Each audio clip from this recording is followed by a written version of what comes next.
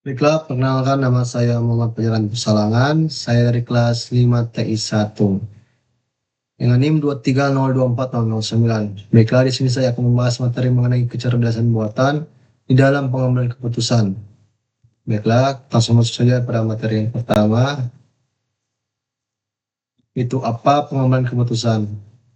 Pengambilan keputusan adalah proses mental untuk memilih tindakan atau solusi terbaik dari beberapa alternatif yang tersedia untuk mencapai tujuan tertentu atau menyelesaikan masalah yang melibatkan pertimbangan, penilaian, dan pemilihan berdasarkan kriteria yang ada. Adapun menurut Herbert Simon, pada tahun 1977 ada beberapa tahap proses atau fase-fase dalam pengambilan keputusan, yaitu 3 fase utama. Yang pertama, intelligence atau identifikasi masalah. Desain yaitu sebuah rekonstruksi model yang mempresentasikan sistem. Ketiga, choice, pemilihan terhadap solusi yang diusulkan untuk model. Langsung masuk saja pada fase yang pertama, yaitu intelligent phase. Itu adalah tahap awal dalam proses pengambilan keputusan yang dikemukakan oleh Herbert S. Simon. Pada tahap ini, fokus utamanya adalah mengenali dan memahami masalah atau peluang yang ada. Prosesnya dimulai dengan mengumpulkan data baik dari dalam organisasi maupun dari luar, kemudian mengolah data tersebut menjadi suatu informasi yang lebih bermakna. Informasi ini membantu pengambilan keputusan untuk melihat adanya perbedaan antara kondisi nyata dengan kondisi yang diharapkan. Lalu ada beberapa tahapan di dalam intelligent phase. Itu yang pertama, identifikasi masalah. Identifikasi masalah diawali dengan membandingkan kondisi aktual dengan kondisi yang diharapkan. Jika terdapat kesenjangan atau perbedaan yang cukup besar, maka hal tersebut dinyatakan sebagai masalah. Proses ini tidak hanya sekadar menemukan adanya ketidaksesuaian, tetapi juga menelaah penyebab yang melatar belakanginya. Lalu klasifikasi masalah. Klasifikasi masalah biasanya dilakukan dengan melihat sifat dan tingkat kerumitan masalah tersebut. Umumnya, masalah dapat dibagi menjadi 3 kategori. Yang pertama, yaitu masalah terstruktur, yaitu masalah yang jelas, rutin, dan memiliki prosedur yang penyelesaiannya sudah diketahui. Contohnya adalah perhitungan atau pengembangan persediaan dengan sistem standar.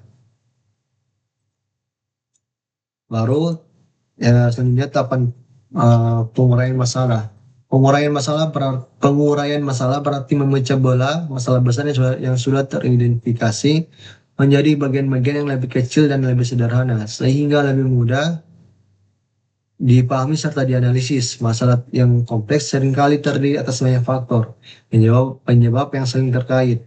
Dengan diuraikan, setiap faktor dapat diteliti secara lebih mendalam, lalu dicari hubungan antar bagian tersebut. Lalu tahapan berikutnya itu kepemilikan masalah. Menentukan kepemilikan masalah merupakan hal penting pada fase inteligensi. Sebuah masalah ada di dalam sebuah organisasi hanya jika seseorang atau beberapa kelompok mengambil tanggung jawab untuk mengatasinya. Dan jika organisasi memiliki kemampuan untuk memecahkannya, ketika pemilikan masalah tidak ditentukan, maka seseorang tidak melakukan tugasnya atau dapat diidentifikasi sebagai masalah orang lain.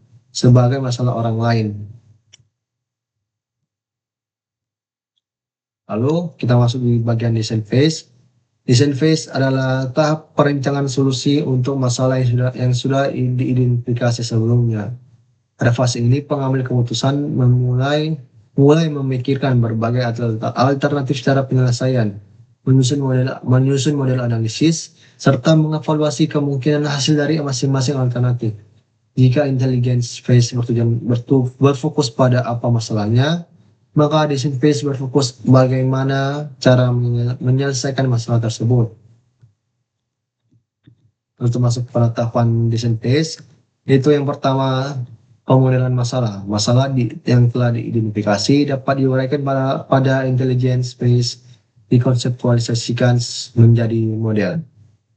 Model ini bisa berbentuk matematis, kualitatif, atau kombinasi dari keduanya. Tujuannya yaitu adalah menyederhanakan masalah agar dapat dianalisis dengan lebih mudah. Lalu yang kedua, identifikasi variabel dalam model. Ditentukan variabel-variabel yang berperan terdiri dari variabel keputusan yang biasanya dikendalikan. Lalu variabel hasil yaitu output yang diinginkan, misalnya laba, penjualan, dan produktivitas. Lalu serta variabel lingkungan, itu faktor eksternal yang tidak dapat dikendalikan, misalnya kondisi pasar atau krisis dalam bidang ekonomi. Lalu yang ketiga, penentuan prinsip pilihan. Kriteria evaluasi pada tahap ini dan ditentukan kriteria yang akan digunakan untuk menilai apakah sebuah alternatif solusi itu dapat diterima. Prinsip ini bisa normatif, yaitu teoritis maupun deskriptif berdasarkan kondisi yang nyata.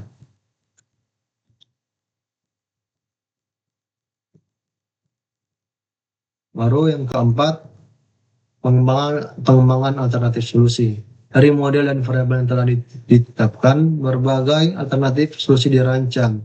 Proses pencarian alternatif ini sangat bergantung pada ketersediaan data, biaya informasi, dan keahlian dalam bidang masalah. Analisis alternatif menggunakan pendekatan tertentu. Ada dua pendekatan utama, yaitu yang pertama optimalisasi, yaitu mencari alternatif terbaik secara matematis dengan memaksimalkan tujuan atau meminimalkan biaya. Lalu yang kedua deskriptif, yaitu menggunakan metode seperti simulasi atau analisis skenario untuk menilai konsekuensi dari alternatif yang ada, walaupun hasilnya tidak selalu optimal. Lalu yang keenam, evaluasi nilai alternatif. Setiap alternatif kemudian dievaluasi berdasarkan pencapaian tujuan yang sudah ditetapkan.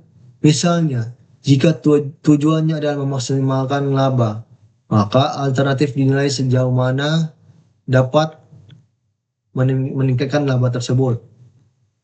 Lalu choice phase. Choice phase merupakan fase di mana pengambil keputusan memilih satu alternatif dari sekian banyak sekumpulan alternatif solusi yang sudah dirancang dan dianalisis pada design phase. Jika intelligent phase berfokus pada mengenali masalah dan design phase pada menyusun alternatif solusi, maka choice phase adalah tahap membuat keputusan nyata melalui pemilihan yang alternatif.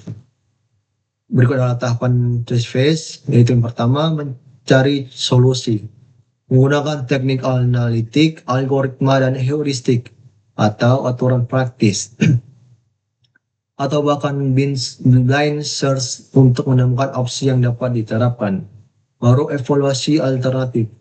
Semua alternatif yang tersedia harus diuji berdasarkan kriteria tujuan.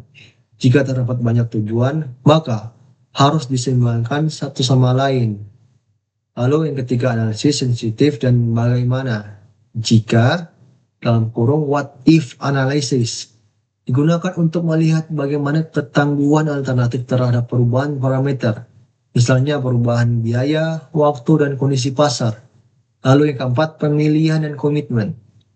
Pada akhirnya, pengambil keputusan memilih satu alternatif saja yang dianggap paling sesuai dengan tujuan, lalu membuat komitmen untuk melaksanakan keputusan tersebut. Baiklah, kita masuk di bagian kesimpulan. Kesimpulannya, proses pengambilan keputusan menurut Herbert A. Simon terdiri atas 3 fase tadi, yaitu yang pertama, intelligent phase, berfokus pada identifikasi dan perumusan masalah secara jelas. Lalu design phase, menekankan pada penyusunan model perencanaan alternatif solusi yang layak. Yang ketiga, choice phase, adalah tahap pemilihan alternatif terbaik untuk dijalankan. Ketiga fase ini saling terkait, di mana ketepatan identifikasi masalah, ketelitian dalam merancang solusi, dan ketegasan memilih alternatif dan menentukan keputusan yang diambil. Baiklah, mungkin hanya saja pembahasan mengenai materi kali ini, yaitu pengambilan keputusan di dalam kecerdasan buatan. Maaf jika saya membuat video seperti ini karena video sebelumnya itu tidak ada suara dan saya harus membuatnya seperti ini. Baiklah, saya Muhammad Fajaranto Salangan dari kelas 5 TI1 yang NIM 23024 mengucapkan terima kasih dan mohon maaf atas kesalahan atau penyampaian saya yang kurang dapat mengerti. Saya mengucapkan terima kasih dan sampai jumpa.